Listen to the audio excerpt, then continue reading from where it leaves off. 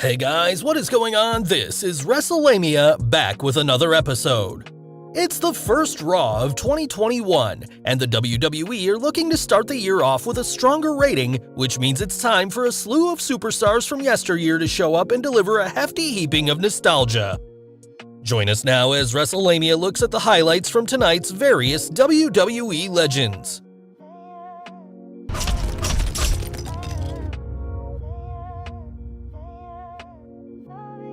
Hulk Hogan.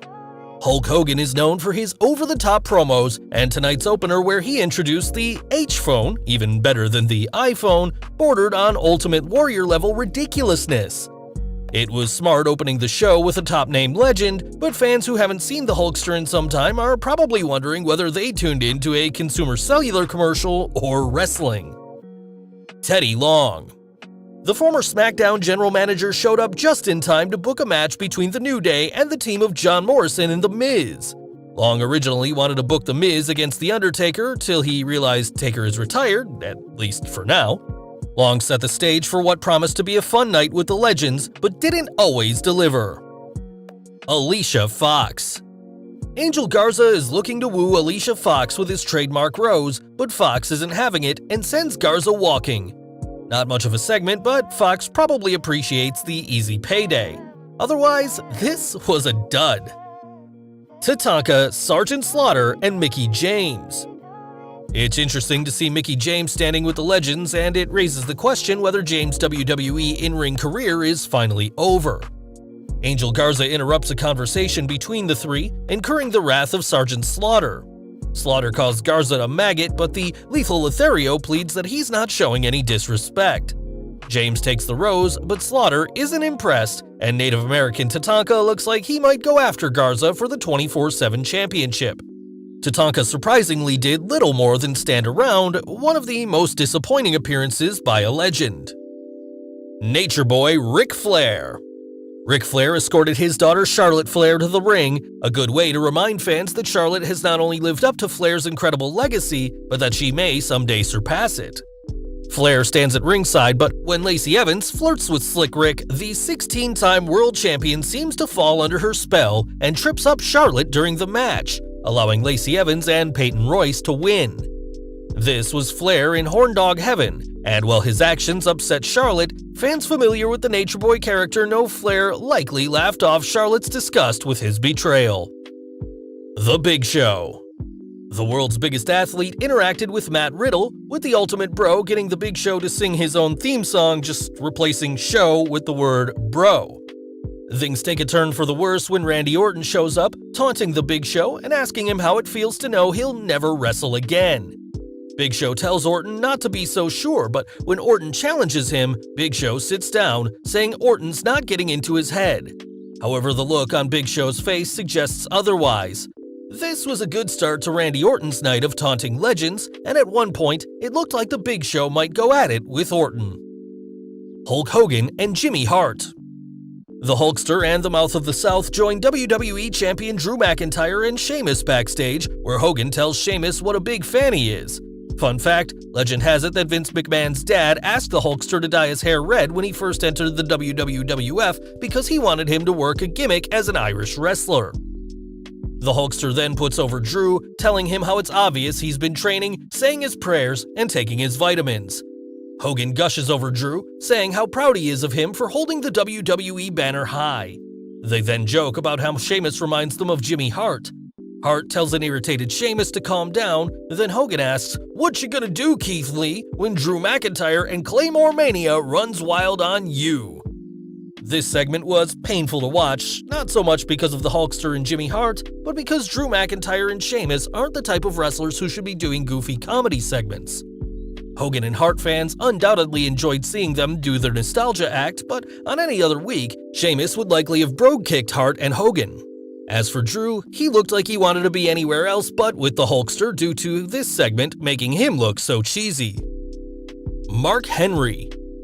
The world's strongest man, Mark Henry, is using a scooter to get around thanks to the years of abuse his body has sustained.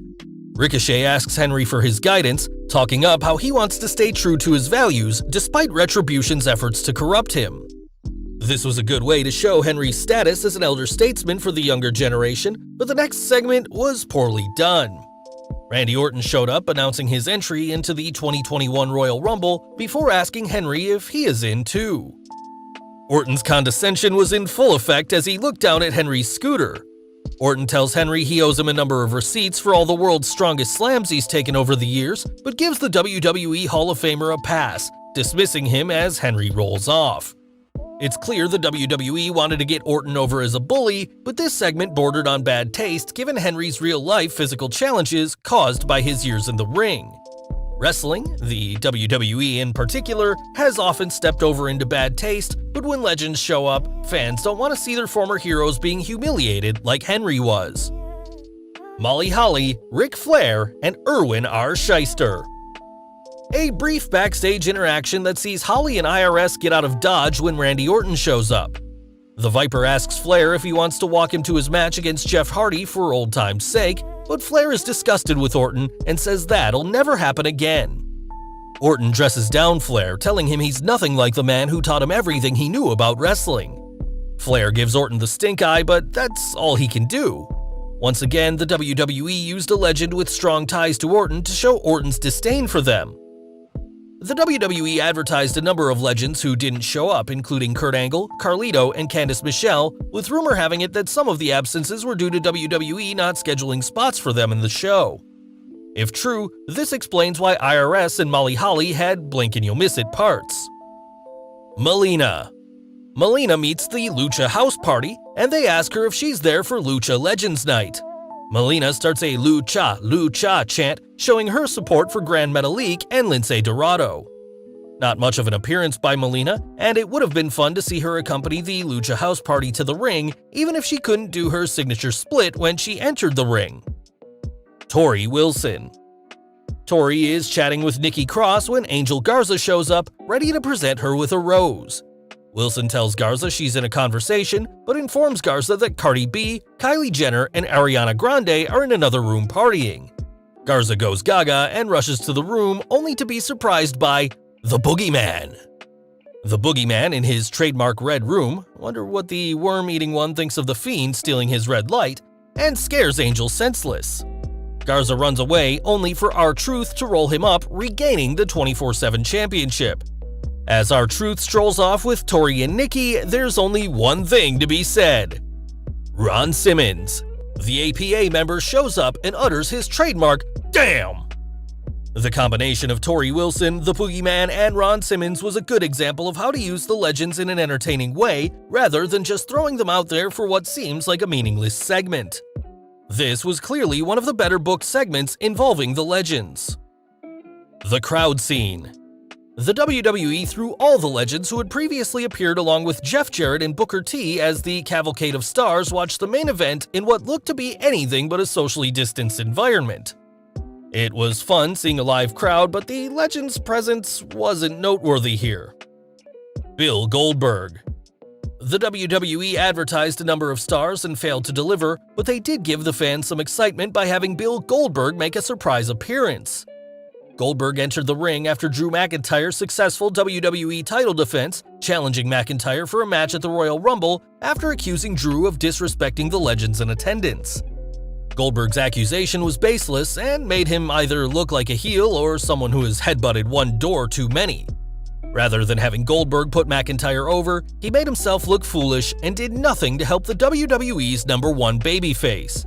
This surprise should have meant much more and instead fizzled out. Well guys, there you have it, the highlights from each WWE Legends appearance. What was your favorite moment tonight featuring a WWE legend? Be sure to leave your comments and don't forget to subscribe to our channel, follow us on Instagram and Twitter, and I'll see you next time for some more wrestling content.